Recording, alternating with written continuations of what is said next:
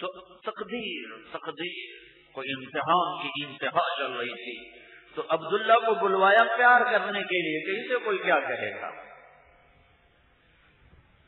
زخموں سے چور تھے، سب اللہ کے پاس پہنچ چکے تھے، تنہا جان تھی کہ عبداللہ کو بھجوا دو۔ اولاد تو اولاد ہی ہوتی ہے نا، وہ 2 سال کا بچہ تھا، اسے نہیں پتا میرے باپ کے ساتھ کیا ہوا ہے، اور وہ اپنے خون میں نہایا ہوا ہے۔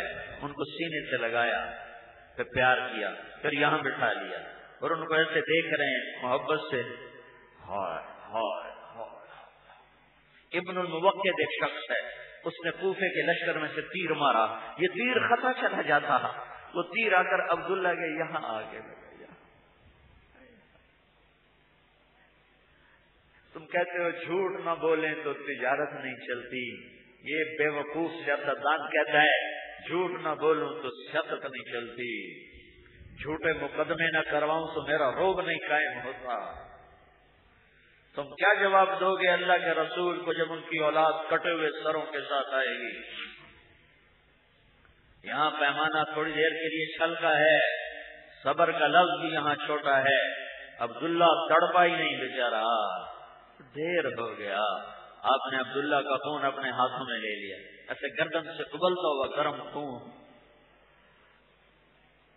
میرے بیٹے کا بازو ٹوٹ گیا، میں اس کا رونا دیکھ نہ سکا، میں باہر نکل گیا، ڈیرے میں چلا گیا، میں نے کہا مجھ سے دیکھا نہیں جا رہا۔ اور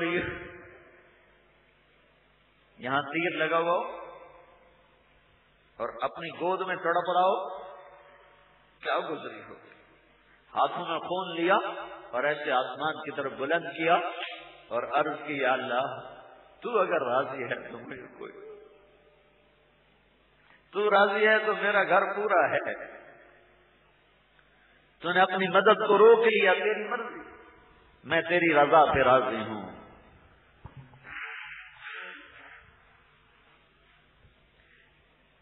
یہ کہانی نہیں ہے 10 دن یاد کر کے پھر غفلتوں میں ڈوب جاؤ، یہ ظلم و ستم ہے حسین کی قربانی پر کہ 10 دن ڈھول بجائے، 10 دن روئے پیٹے، اور پھر وہی غفلت وہی غفلت وہی غفلت۔ یہ رواجی دین جنت میں نہیں لے جا سکتا۔ 12 دن ربیع الاول کے جھنڈیاں لگائیں، ڈھول بجائے، جلوس نکالے، اور پھر غفلت غفلت غفلت۔ یہ رواج جنت سستی ہوتی تو حسین کا سر نیزے پہ چڑھتا، آل رسول کا سر نیزے پہ چڑھتا، فرشتوں سے پاک بیٹیوں کو گھسیٹا جاتا۔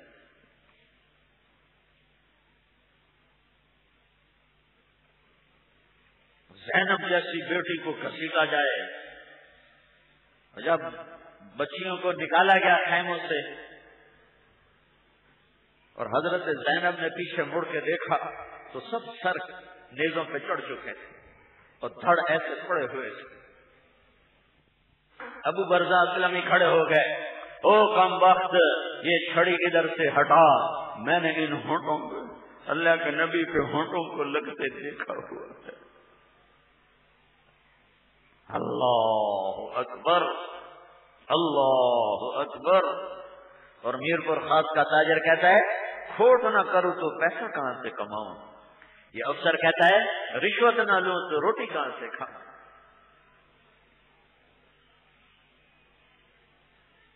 اور زینب نے جب دیکھا کٹے ہوئے لاشیں، گھسٹتی ہوئی بیٹیاں، تو کہا واہ محمدا واہ محمدا، اے محمد مصطفیٰ آ تو صحیح، آ تو صحیح، ھذا حسین بالعراء مزمل الدماء مقطع الاعداء، واہ محمدا واہ محمدا، بناتک سبایا وذریتک مقتلا تسقی علیہا الریاح، اے محمد مصطفیٰ، اے ہمارے باپ آؤ تو صحیح، آج تیرے حسین کی بارات آئی ہوئی ہے، آج وہ دلہا بنا ہوا ہے، اپنے ہی خون کا سرخ جوڑا پہنا ہے، اپنی ہی بوٹیوں کا ہار پہنا ہے، آج اس کا بدن ٹکڑے ٹکڑے ہے، آج تیری بیٹیاں قید ہیں، تیری اولاد قتل ہو رہی ہے۔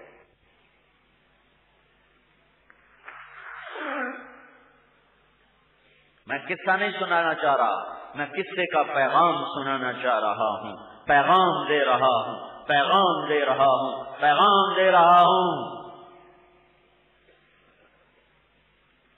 کہ یہ ایک داستان نہیں ہے، یہ ایک پیغام ہے کہ اللہ اس کے رسول کو راضی کرنے کے لیے سر نیزے پہ چڑھ سکتے ہیں، سودا منظور ہے۔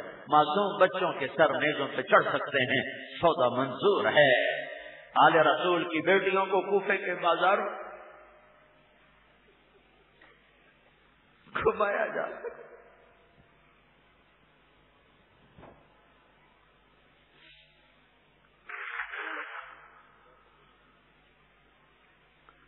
ہاں، عاشق کا جنازہ ہے، ذرا دھوم سے نکلے، معشوق کی گلیوں سے ذرا گھوم کے نکلے۔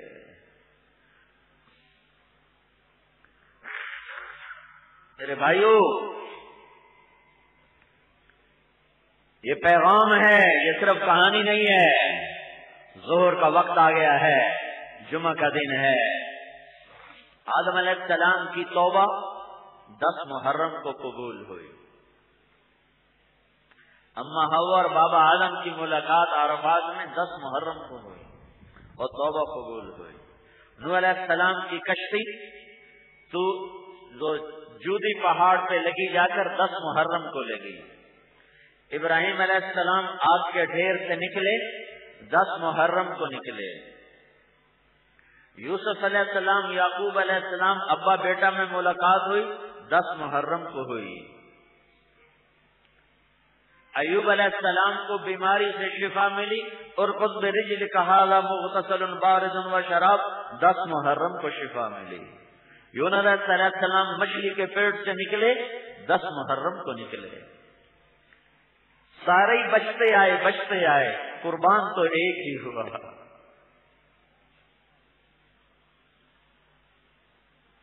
سب کے بچنے کا دن اور ایک کے قربان ہونے کا دن۔ ظہر کا وقت ہوا، سورج ڈھلا تو امام حسین نے حضرت زہیر بن قین، آپ کے لشکر میں 3 جھنڈے تھے، ایک زہیر کے ہاتھ میں سیدھے ہاتھ، ایک زہیر بن قین، ایک حبیب بن مظاہر کے ہاتھ میں الٹے ہاتھ، اور ایک عباس بن علی کے ہاتھ میں درمیان، یہ درمیان والے جھنڈا بردار تھے، ایک جھنڈے والے نہیں تھے، 3 جھنڈے والے تھے۔ تو آپ نے زہیر کو بلایا اور ارشاد فرمایا کہ شمر سے کہو تھوڑی دیر کے لیے جنگ بند کرے، ہم نے نماز پڑھنی ہے، پھر جو کرنا ہے کر لینا۔ تو زہیر نے گھوڑا آگے بڑھایا اور شمر سے کہا تھوڑی دیر کے لیے جنگ روکو، ہمیں نماز پڑھنے دو۔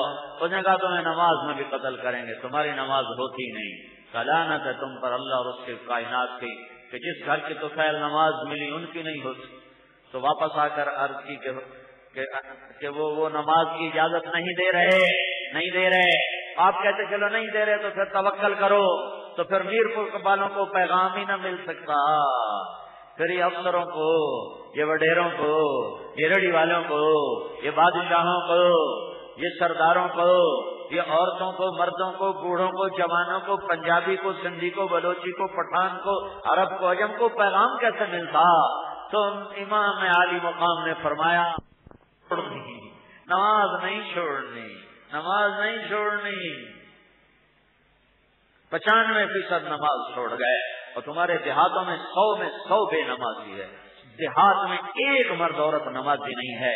پکڑ ہوگی نمازیوں کی، پکڑ ہوگی علماء کی، پکڑ ہوگی ان تبلیغ والوں کی، پکڑ ہوگی ان خانقاہ والوں کی کہ پورے کے پورے دیہات میں ایک نماز پڑھنے والا کوئی نہیں ہے، اور یہ اپنی موج میں ہیں۔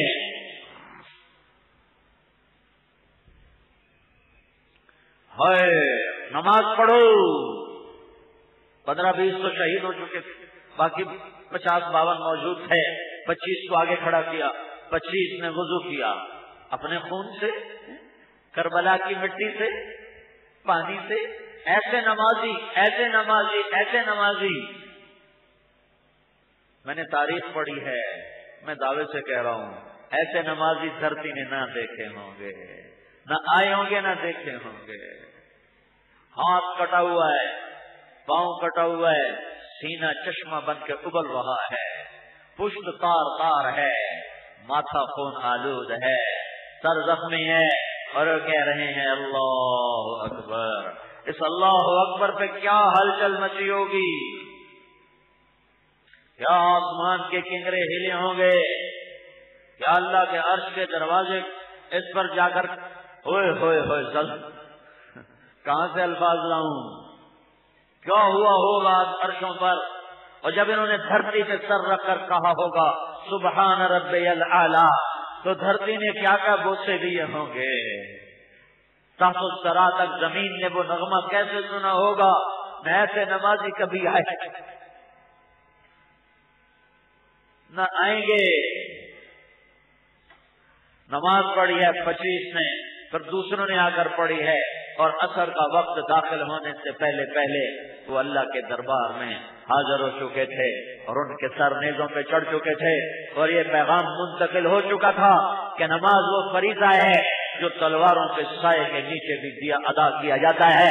نقش توحید کا ہر دل پہ بٹھایا ہم نے، زیر خنجر بھی یہ پیغام سنایا ہم نے۔